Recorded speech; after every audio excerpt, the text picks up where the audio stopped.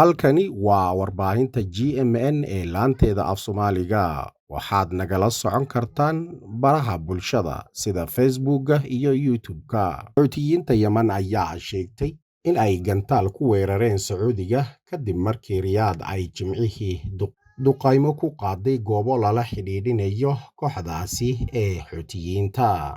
Subaxnimadii Sabtida hore ee maanta, warbaahinta Ansaarullah ee Xuutiyiinta ayaa Telegram-kooda ku sheegtay in ay weerar gantaal oo Yemen ka yimid oo sababay dab ka kacay magaalada Jizan ee Sacuudiga.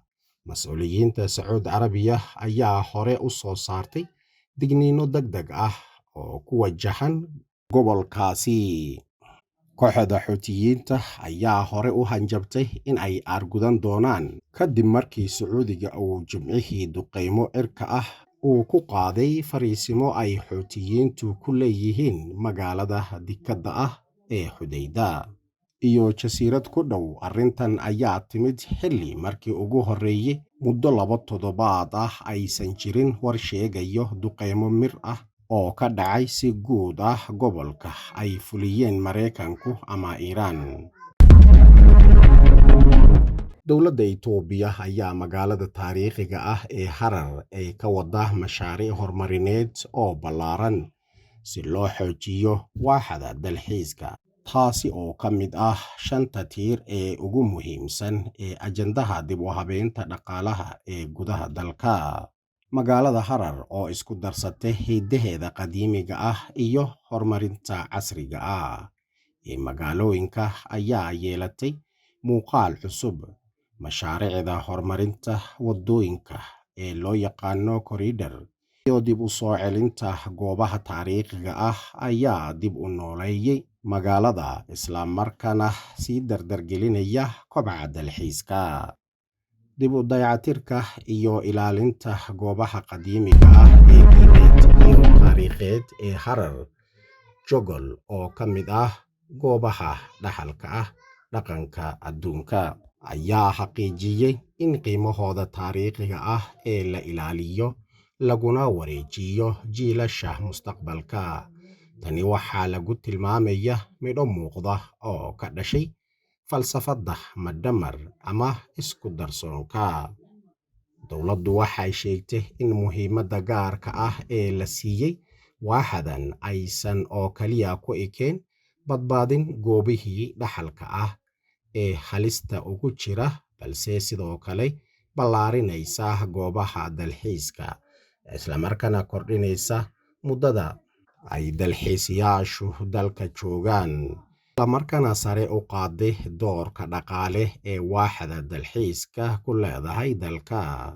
Horumarka laga sameeyay dalxiiska gobolka ayaa soo jiitay dalxiisayaal caalami booqdayaal gudaha iyo sidoo kale dadka saameynta ku leh baraha bulshada, taasoo abuurtay fursado ballaaran oo dunida loogu soo bandhigayo quruxda gaarka ee Harar.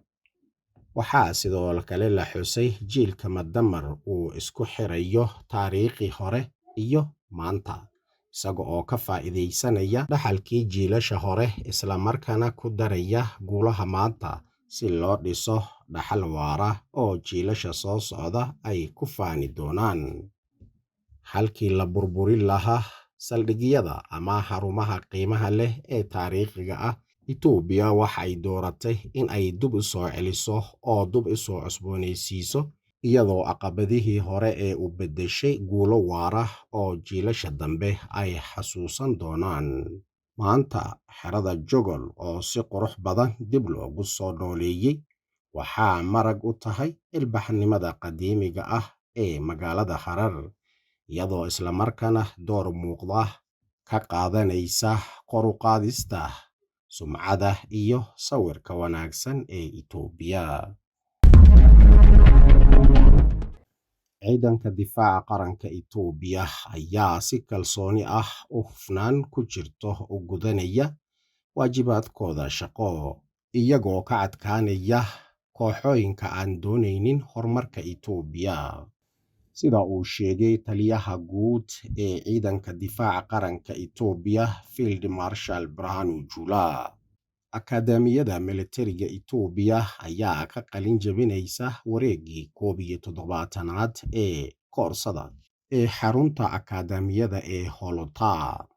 Munaasabadda qalin jebinta ayaa waxaa ka soo qayb galay taliyaha guud ee ciidanka difaaca qaranka Itoobiya Field Marshal Birhanu Jula, madaxa hoggaanka waxbarashada iyo tababarada difaaca General Yimar Mokonnen, taliyaha akadeemiyada ciidanka Itoobiya Sareeye Guuto Getachew Habtamu, saraakiisha guud ee ciidamada Itoobiya.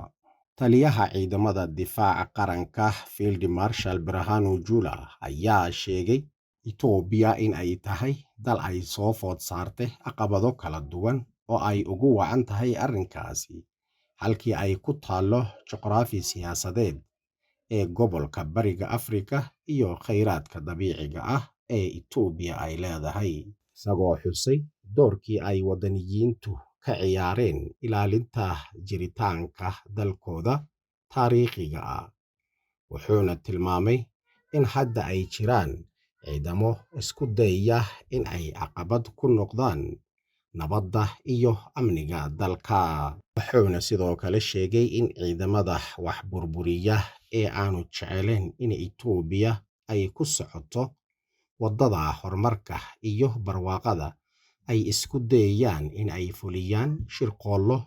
Wuxuuna sheegay in ciidamada difaaca Itoobiya ay si wax ku ool ah u fashilinayaan shirqoollo lagu burburinayo amaba wax lagu yeelayo dalkeena. Wuxuuna xusay Itoobiya in ay tahay waddan leh awood guud oo jiilba jiil u gudba si ay uga gudubto caqabadaha ay wajahayso.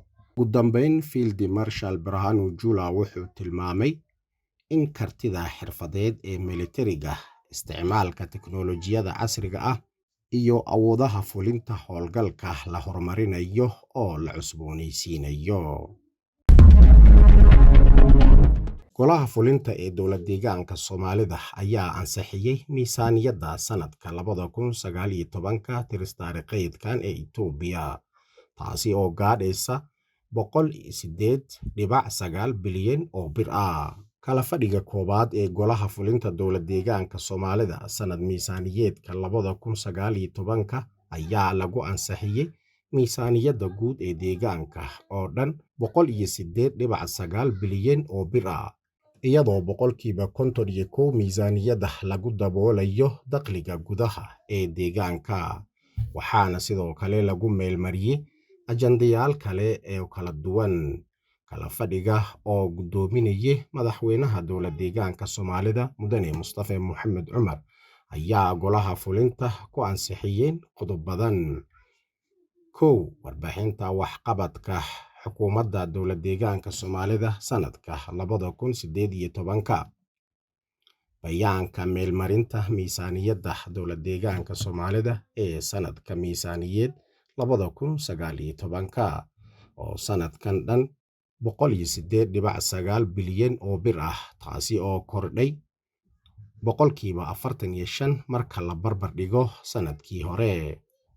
Bayaanka wax ka beddelka bayaanka canshuurta dakhliga ee dowlad deegaanka Soomaalida.